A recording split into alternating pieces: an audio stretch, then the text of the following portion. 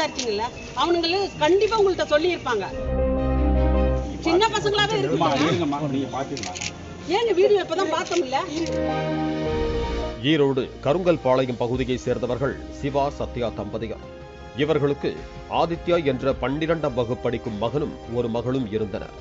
கடந்த 2ஆம் தேதியன்று காலையில் ஆதித்யாவை வழக்கம் போல குமலன்குட்டை அரசு பள்ளிக்கு அவரது பெற்றோர் வாகனத்தில் அழைத்து சென்று விட்டதாக கூறப்படுகிறது.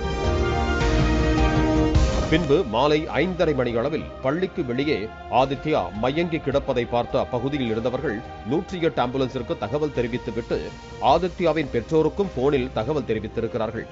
மருத்துவமனைக்கு அழைத்து சென்ற போது மாணவன் ஆதித்யா ஏற்கனவே உயிரிழந்ததாக மருத்துவர்கள் தெரிவித்தனர்.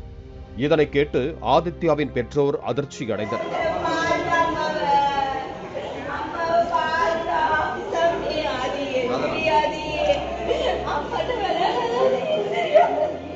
சம்பவ இடத்திற்கு சென்ற வடக்கு காவல் நிலைய போலீசார் அதே பள்ளியை சேர்ந்த 12ஆம் வகுப்பு மாணவர்கள் இருவரை பிடித்து விசாரித்த போது பல அதிர்ச்சி தகவல்கள் வெளியாகின.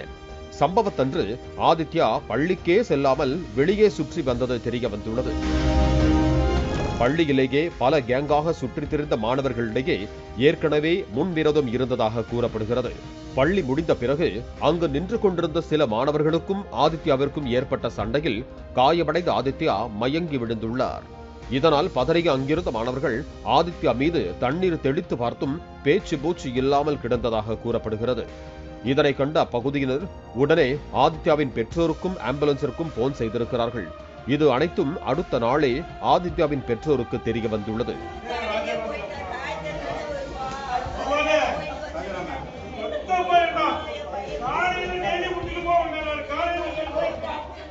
இந்த சம்பவம் அப்பகுதியில் பரபரப்பை ஏற்படுத்திய நிலையில் ஆதித்யாவின் உறவினர்கள் ஈரோடு வடக்கு காவல் நிலையத்தை முற்றுகையிட்டு போலீசாரிடம் வாக்குவாதத்தில் ஈடுபட்டனர்.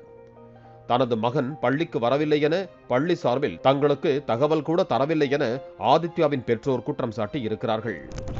நான் தான் நேற்றே சொல்லிட்டேன்.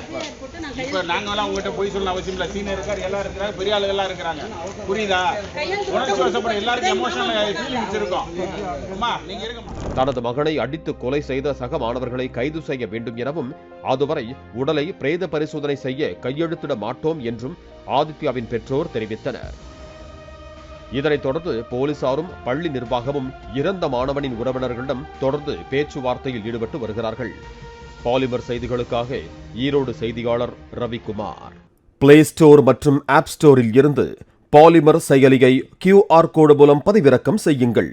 செய்திகளை உடனுக்குடன் பெறுங்கள்.